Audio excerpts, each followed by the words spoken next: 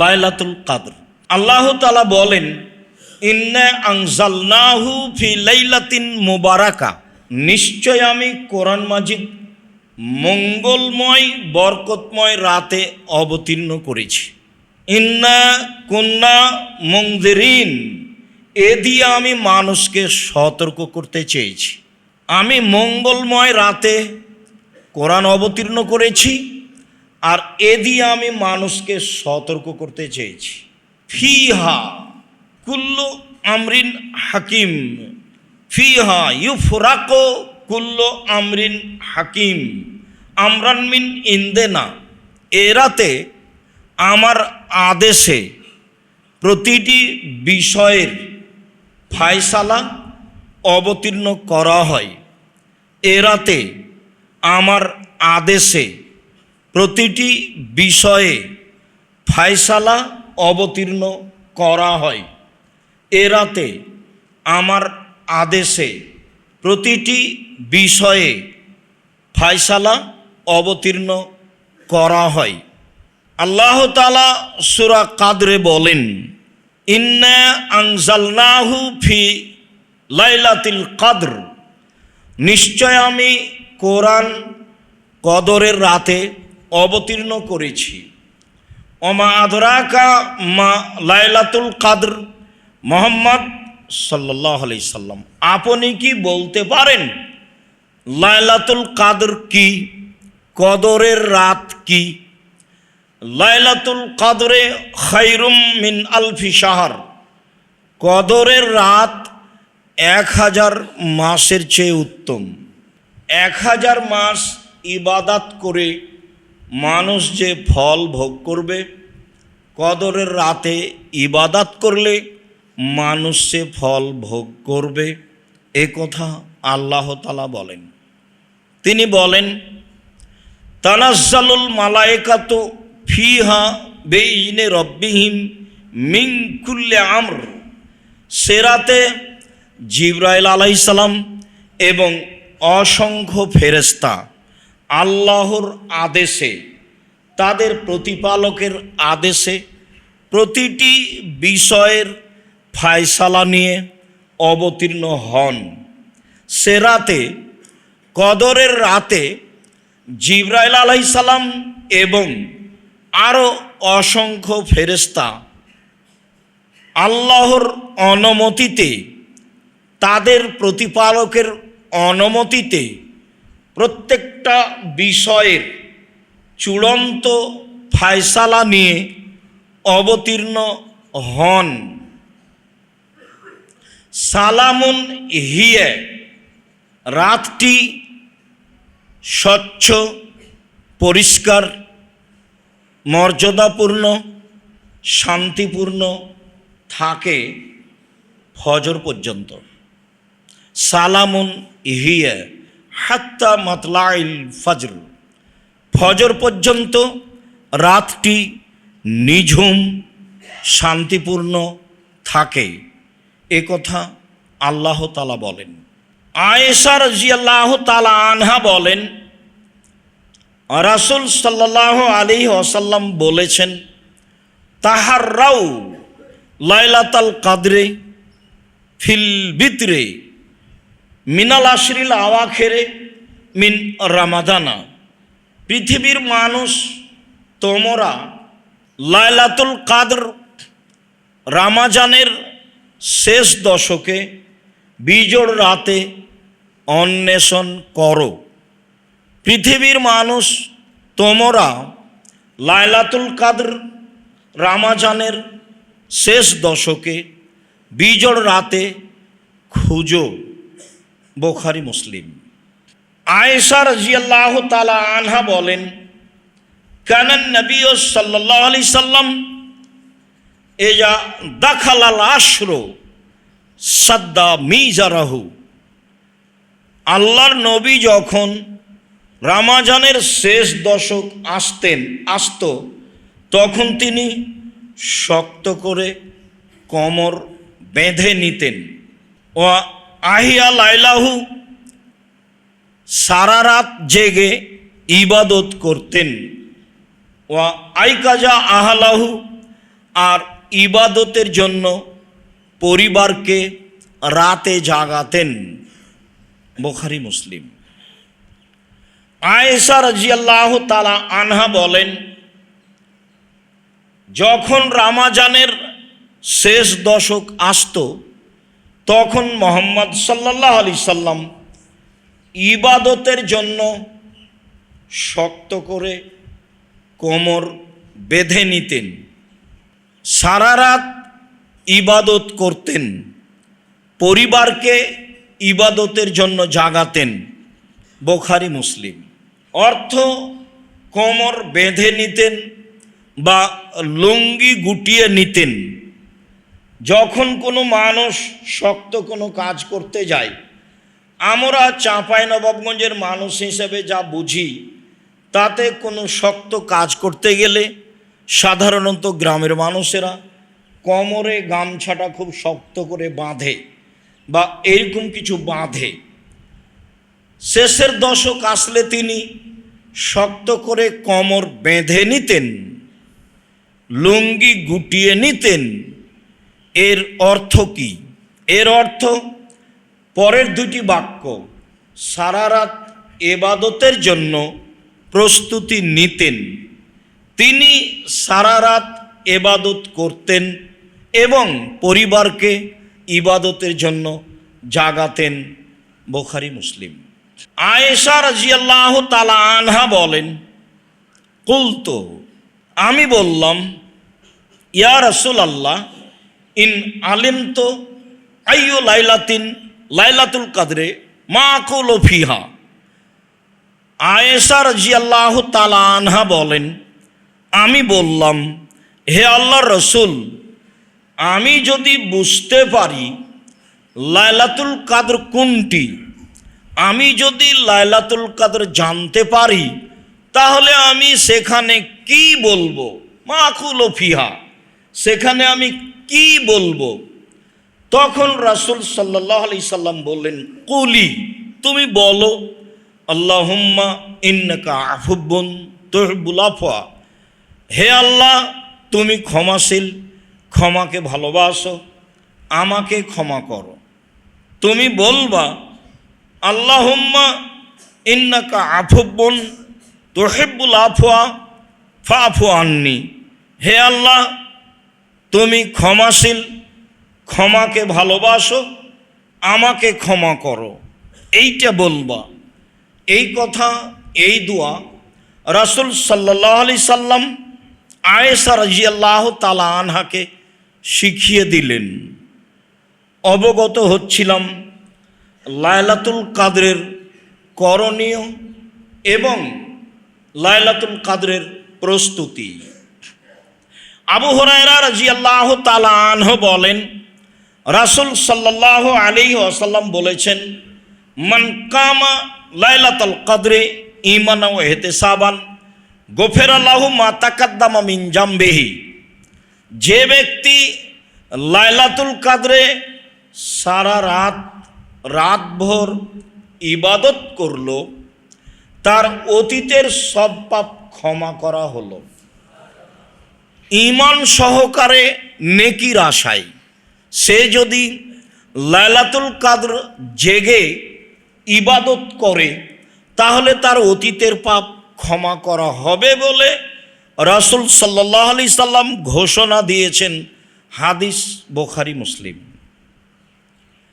আবু হুরায়রা রাদিয়াল্লাহু তাআলা আনহু বলেন, রাসূল সাল্লাল্লাহু আলাইহি ওয়াসাল্লাম বলেছেন, এদা জাআকুম রমাজান, যখন তোমাদের কাছে রমাজান চলে আসে, শাহরুন মুবারাকুন, তা হচ্ছে মঙ্গলময় মাস, তা হচ্ছে বরকতময় মাস, ফিহে লাইলাতুন খায়রুম মিন আলফি শাহর, তাতে একটি রাত রয়েছে যা হাজার মাসের চেয়ে উত্তম। রমজান মাস তোমাদের কাছে আসে। রমজান মাস মঙ্গলময় বরকতময় মাস, তাতে একটি রাত রয়েছে যা হাজার মাসের চেয়ে উত্তম। মান হরেমাল খৈরাকুল্লাহু, যাকে সে রাত হতে বঞ্চিত রাখা হলো তাকে সব কল্যাণ থেকে বঞ্চিত রাখা হলো। ওয়াফি রিওয়ায়াতিন ফিহা লাইলাতুন, তাতে একটি রাত রয়েছে। ফামান হরেমা খৈরাহা ফা হরেমা কুল্লা খৈরাহ, সেই রাত থেকে যাকে বঞ্চিত করা হলো তাকে সব কল্যাণ থেকে বঞ্চিত করা হলো। লা ইউহরামু খায়রাহা ইল্লা কুল্লু মাহরুমিন, প্রত্যেক কল্যাণ হতে বঞ্চিত মানুষকেই সেই দিন বঞ্চিত রাখা হয়। প্রত্যেক দয়া রহমত হতে বঞ্চিত মানুষকেই সেই দিন বঞ্চিত রাখা হয়। প্রত্যেক দয়া কল্যাণ হতে বঞ্চিত মানুষকেই সে রাতে বঞ্চিত করা হয়। এ কথা মুহাম্মদ সাল্লাল্লাহু আলাইহি সাল্লাম বলেন। হাদিস সহিহ, তিরমিজি, আবু দাউদ। সম্মানিত দিনী ভাই বোন, লাইলাতুল কাদর, লাইলাতুল কাদর একটি অতীব গুরুত্বপূর্ণ মাস, যা আমাদের জন্য ভেবে কিছু আমল করা উচিত। আল্লাহ আমাদের তৌফিক দান করুক আমলের, আল্লাহুম্মা আমিন। আব্দুল্লাহ ইবনে আব্বাস রাদিয়াল্লাহু তাআলা আনহু বলেন,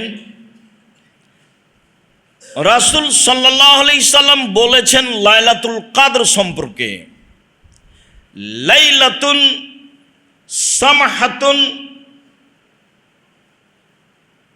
লাইলাতুন সামাহাতুন বালজা লা বারিদাতুন ওয়ালা হাররা।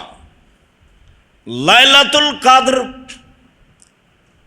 এমন একটি রাত যা হয় স্বচ্ছ, পরিষ্কার, মর্যাদাপূর্ণ, শান্তিপূর্ণ, নিঝুম। লাইলাতুল কাদর তা হয় স্বচ্ছ, পরিষ্কার, শান্তিপূর্ণ, নিঝুম। রাতটি শীত ও গরম থেকে মুক্ত হয়। রাতটি শীত ও গরম থেকে মুক্ত হয়। সে রাত শেষ হলে সূর্যের কিরণ দুর্বল ও লাল বর্ণের হয়। সে রাত শেষ হলে সূর্যের কিরণ দুর্বল ও লাল বর্ণের হয়। সে রাতে সূর্য সকাল করে, তখন তার কিরণ থাকে দুর্বল ও লাল বর্ণের। এ কথা মুহাম্মদ সাল্লাল্লাহু আলাইহি সাল্লাম পরিচয়ে বলেন। জাবের রাদিয়াল্লাহু তাআলা আনহু বলেন, রাসূল সাল্লাল্লাহু আলাইহি ওয়াসাল্লাম বলেন, ইন্নী রাআইতু লাইলাতুল কাদরে, আমি মুহাম্মদ সাল্লাল্লাহু আলাইহি সাল্লাম নিজে লাইলাতুল কাদর দেখেছি। ওয়া ইন্নী উনসিতুহা, তবে আমাকে ভুলিয়ে দেওয়া হয়েছে সে রাত কোন রাত। ওয়া ইন্নাহা ফিল আশরিল আওয়াখির ফি লায়ালিহা, অবশ্যই হবে তা রমজানের শেষ দশকের রাতে। অবশ্যই তা রমজানের শেষ দশকে রাতে হবে। অবশ্যই তা রমজানের শেষ দশকের রাতে হবে। লাইলাতুন তালকাতুন বালজা লা বারিদাতুন ওয়ালা হাররা, রাত হবে স্বচ্ছ, পরিষ্কার, মর্যাদাপূর্ণ, শান্তিপূর্ণ, নিঝুম। রাত হবে শীত ও গরম থেকে মুক্ত। রাত হবে শীত ও গরম থেকে মুক্ত। তিনি বলেন, কান্না ফিহা কামারান তা রাত এত উজ্জ্বল হবে মনে হবে যেন চন্দ্র হাসছে। রাত এত উজ্জ্বল হবে মনে হবে যেন চন্দ্র হাসছে। লা ইয়াখরুজু শায়তানুহা হাত্তা ইয়াদিয়াল ফাজর, সে রাতে সকাল পর্যন্ত শয়তান প্রকাশ হবে না। সে রাতে সকাল পর্যন্ত শয়তান প্রকাশ হবে না। অনেক বর্ণনায় এসেছে আমারাতোহা, সে রাতের পরিচয়। তাতলো শামস, সে রাতে সূর্য উঠবে। সাবিহাতায় ইয়াউমেহা বাইদা, সে রাত হবে খুব পরিষ্কার ঝকঝকে। আর লা শোয়া, সে রাতের সূর্যের কিরণ তেমন ক্ষমতাধর হবে না। সূর্যের কিরণ দুর্বল ও লাল বর্ণের হবে। আবু সাঈদ খুদরি রাদিয়াল্লাহু তাআলা আনহু বলেন, রাসূল সাল্লাল্লাহু আলাইহি সাল্লাম বলেছেন, ইন্নী উরিতু লাইলাতুল কদরে, ইন্নী উরিতু লাইলাতুল কদরে, আমাকে লাইলাতুল কদর দেখানো হয়েছে। আগের বর্ণনায় তিনি বললেন আমি দেখেছি, আর এখানে বলছেন আমাকে দেখানো হয়েছে। তাতে তিনি বলছেন ওয়াইন্নাহা ওয়া নুসিতুহা, আমি ভুলে গেছি, আমাকে ভুলিয়ে দেওয়া হয়েছে। ওয়াইন্নাহা ফিল আসরিল আওয়াখিরে ফি বিতরিন, তবে অবশ্যই তা রমজানের শেষ দশকে বিজোড় রাতে হবে। তবে অবশ্যই তা রমজানের শেষ দশকে বিজোড় রাতে হবে। তিনি আরও বলেন, ওয়াইন্নি রাআইতু কান্নি আসজুদু ফি তিনি নওমাইন, আর সেরাতে আমি যেন নিজেকে দেখছি যে আমি কাদা পানির ওপরে সিজদা করছি। মুহাম্মদ সাল্লাল্লাহু আলাইহি ওয়াসাল্লাম বলছেন, সেরাতে আমি আমাকে দেখছি আমি যেন কাদা পানির ওপরে সিজদা করছি। বর্ণনাকারী আবু সাঈদ খুদরি রাদিয়াল্লাহু তাআলা আনহু বলেন, ওয়াকানা সাকফুল বাইতে জারিদাল নাখলে, সেই দিন মসজিদে নববীর ছাদ ছিল খেজুর গাছের ডাল। সেই দিন মসজিদে নববীর ছাদ ছিল খেজুর গাছের ডাল, মানে যা বৃষ্টি হয় তা বাহিরের চেয়ে ভিতরে বেশি পড়ে। মানে ঘটনা আসমানিদের দেখতে যদি চাও, মানে বৃষ্টি হলে গড়ে ঘরের ভিতরেই পড়ে। তো সেই দিন মসজিদে নববীর ছাদ ছিল খেজুর গাছের ডাল। মান আরা ফিস সামায়ে শায়া, সেদিন আমরা আকাশে কোনো মেঘ দেখিনি, রাত ছিল স্বচ্ছ। ফাজাত কাজাতুন, হঠাৎ একটা মেঘ আসলো। ফমতির না, বেশ ভালোই বৃষ্টি হলো। হঠাৎ একটা মেঘ আসলো, খুব স্বচ্ছ ছিল রাত। একটা মেঘ আসলো, ভালোই বৃষ্টি হলো। ফাসাল্লা বিনা রাসূলুল্লাহ সাল্লাল্লাহু আলাইহি সাল্লাম, সেই দিন আল্লাহর নবী আমাদেরকে নিয়ে সালাত আদায় করলেন। ফারাইতু আসার আল মাই ওয়া তিনে আলা ওয়াজহিহি, আমি সেদিন রাসূলের কপালে কাদামাটির চিহ্ন দেখেছি। আমি সেদিন রাসূল সাল্লাল্লাহু আলাইহি সাল্লামের কপালে কাদামাটির চিহ্ন দেখেছি। ফি সুবহে ইহদা ওয়া ইশরিন, তা ছিল 21 রাতের সকালে, তা ছিল 21শে রমজানের সকালে, তা ছিল 21শে রমজানের সকালে। আজকে আমরা রাতটি বারবার ভাবছিলাম, কিন্তু সকাল তা মনে হয়নি। 6:30 7টায় যখন দেখলাম তখন সূর্য দেখা যায় না, আল্লাহ ভালো জানেন। হয় এ কথাই ঠিক, আমরা নেকির আশায় রাত জাগবো, ইবাদত করব, এটা আমাদের কর্তব্য, আমাদের কর্তব্য করে যাই। আর বলতে চেষ্টা করি অন্য অন্য দোয়াসহ আয়েশা রাদিয়াল্লাহু তাআলা আনহার বলা দোয়া।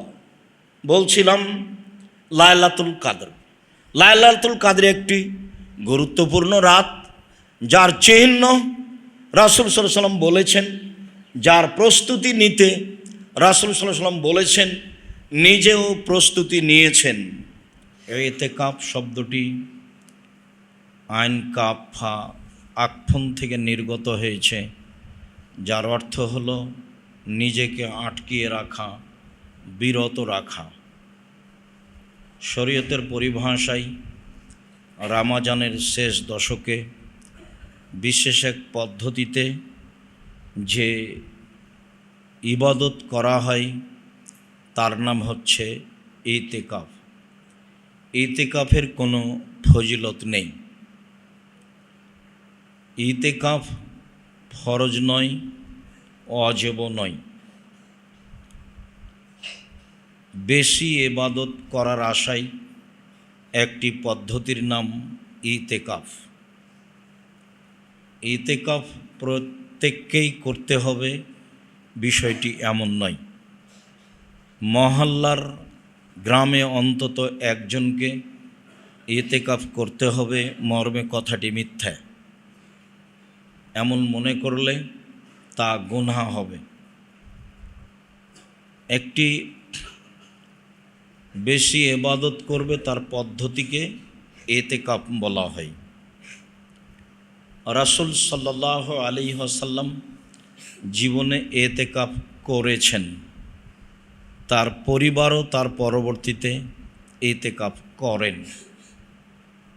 ইতিকাফের পদ্ধতিতে আয়েশা রাদিয়াল্লাহু তাআলা আনহা বলেন, as-sunnatu lil মুতাকিফ, ইতিকাফকারীর জন্য সুন্নাত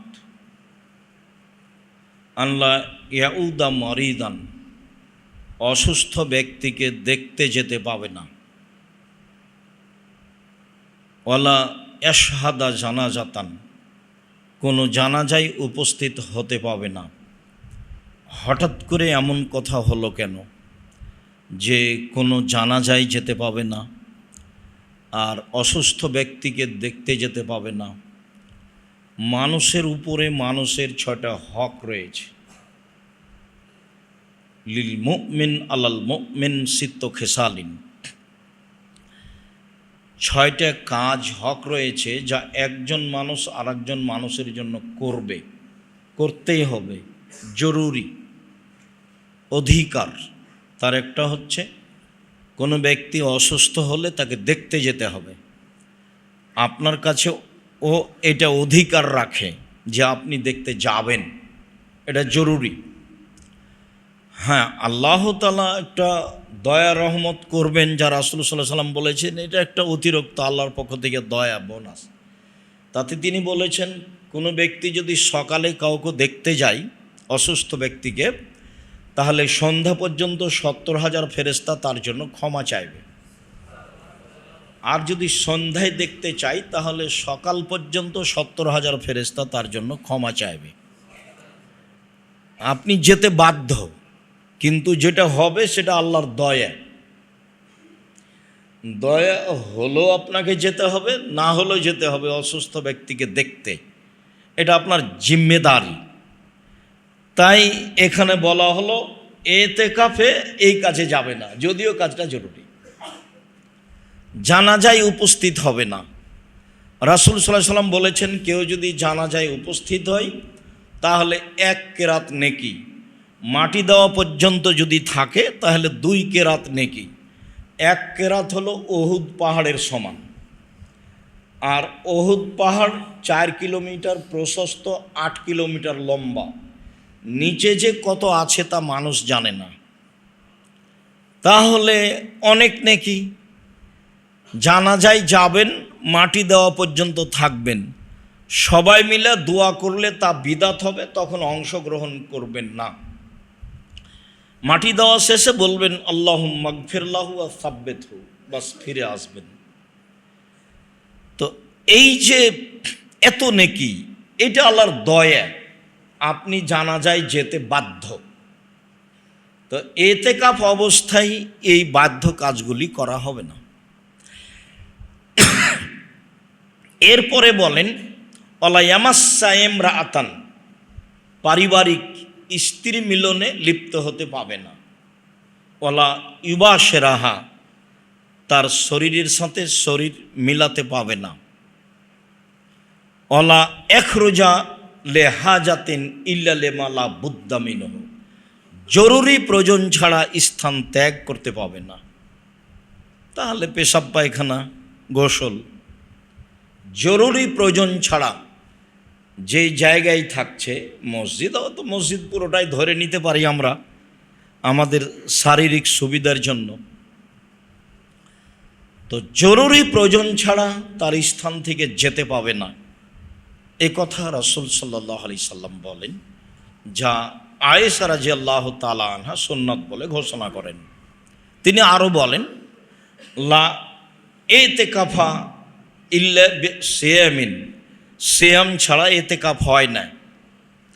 ওয়ালা ইতিকাফা ইল্লা বিমসজিদিন জামে, জুমা মসজিদ ছাড়া ইতিকাফ হয় না। অক্তিয়া মসজিদে ইতিকাফ হবে না। কোনো পুরুষ, কোনো মহিলা কোনো বাড়িতে ইতিকাফ করতে পাবে না। কোনো মক্তব ঘরে ইতিকাফ হবে না। অক্তিয়া মসজিদে ইতিকাফ হবে না। সিয়াম ছাড়া ইতিকাফ হবে না। জুমা মসজিদ ছাড়া ইতিকাফ হবে না। 10 দিনের কমে ইতিকাফ হবে না। যেসব মন্তব্য শুনেছেন আলেম ওলামাদের, একদিন হলেও ইতিকাফ চলে, 3 দিন হলেও চলে, এর কোনো প্রমাণ নেই।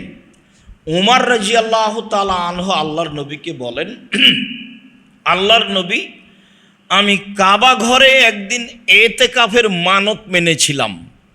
তখন আল্লাহ রাসূল বললেন, ঠিক আছে, তুমি কাবা ঘরে মানত পূর্ণ করে নাও। ওটা হলো মানত, যা করতেই হবে। মানতের নেকি নেই, করতে বাধ্য।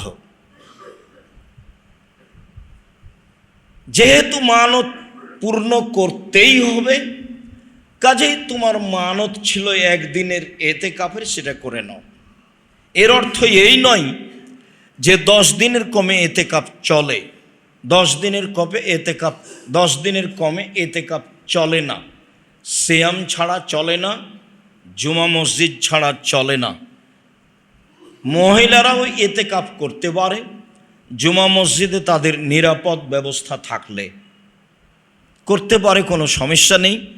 রাসূল সাল্লাল্লাহু আলাইহি সাল্লামের পরিবারবর্গ ইতিকাফ করতেন।